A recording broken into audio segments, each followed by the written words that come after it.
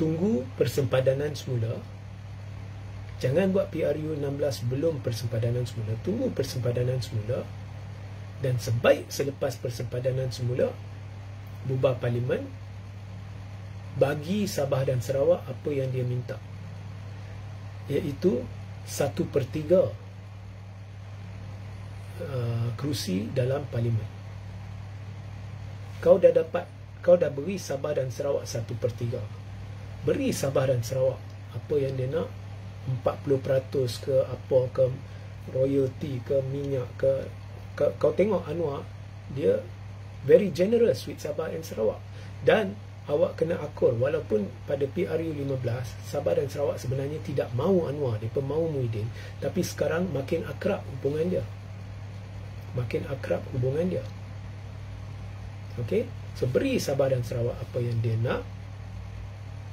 Okey, dan kemudian bila Sabah dan Sarawak dah dapat 1/3 dan terhutang budi kepada Anwar, bubar parlimen, buat PRU 16. Buat PRU 16, dan dengan mudah PH, Sabah, Sarawak, tanpa perlu UMNO, tanpa perlu Perikatan Nasional, dapatkan majoriti mudah.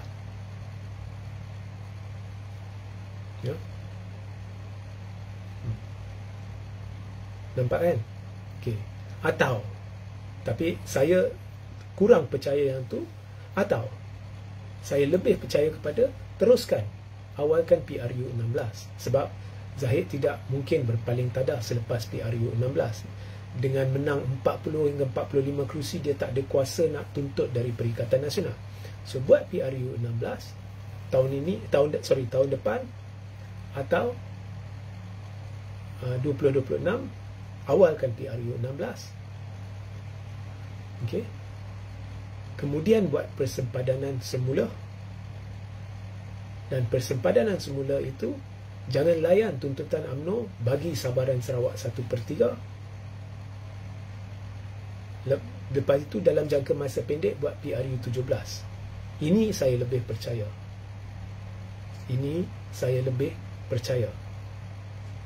Ya. Buat PRU 16 dulu. Okey.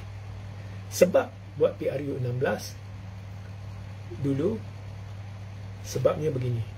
PRN Sabah saya percaya akan diawalkan.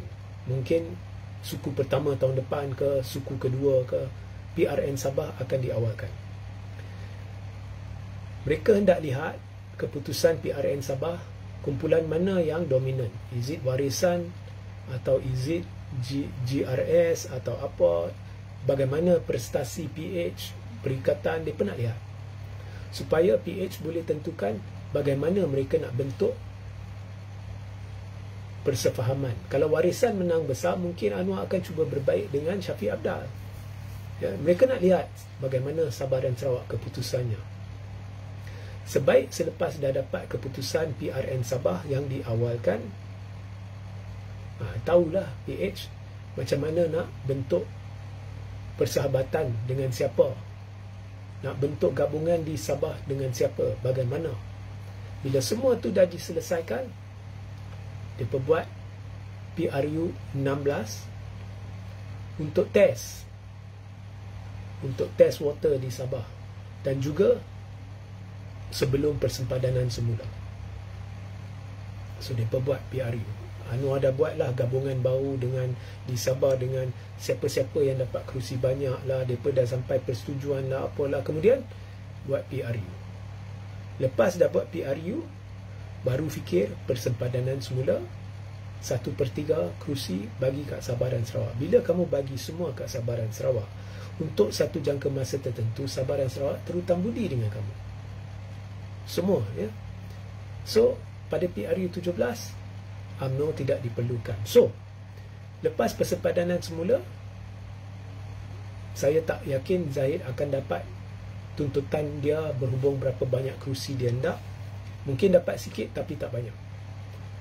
Dan kalau dapat sekalipun, kalau menang sejumlah kerusi tertentu sekalipun yang agak menarik, tetapi PH campur Sabah dan Sarawak boleh terus bentuk kerajaan. ya, jumlah kerusi parlimen akan bertambah. Okey. So Sabah dan Sarawak dah dapat 1/3. Saya rasalah saya dah buat congakkan kasar. PH dah cukup dah. Ya, lepas persepadan semula, PH dah cukup dah untuk bentuk kerajaan dengan Sabah dan Sarawak. 1/3 nak jadi separuh. Sikit je lagi. Ya. So Zahid tidak diperlukan. Of course, kalau Zahid tidak berlaku jahat, Anwar akan terus kerjasama dengan Zahid. Tapi ini untuk memastikan tidak akan ada paling tadah. Okey? Ini pembacaan saya. Satu kemungkinan yang tidak boleh dinafikan. Sebab kalau saya Anwar, itulah yang saya akan lakukan jika saya menonton live Reggie Jessie Ritaudin.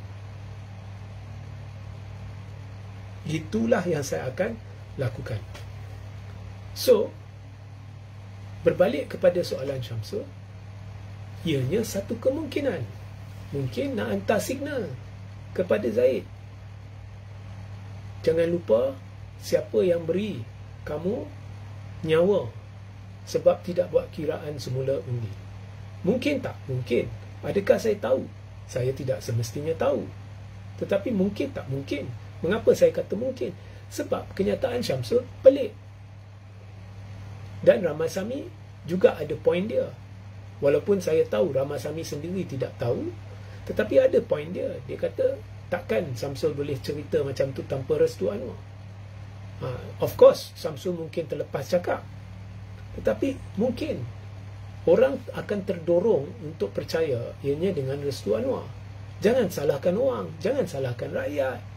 Bukan rakyat yang buat kenyataan itu, Syamsul yang buat kenyataan itu. So mungkin ini adalah signal kepada Zahid, jangan lupa ya, siapa yang beri kau nyawa, dia ni saya minta jangan kira semula tau. Sebab itu UMNO tak puas hati, Puat Zarkashi tak puas hati sebab dia kata Anwar membisu. Bila membisu, seolah-olah Anwar merestui nak ada pertelingkahan di dalam gabungan. Okey. So kalau saya Anwar, itulah yang saya akan lakukan selepas mendengar live terdahulu yang saya suruh anda scroll ke bawah dan tonton, live Reggie Jessie Ritaudin yang menjelaskan kemungkinan-kemungkinan yang amat logik menghala ke akhirnya Najib jadi Perdana Menteri. So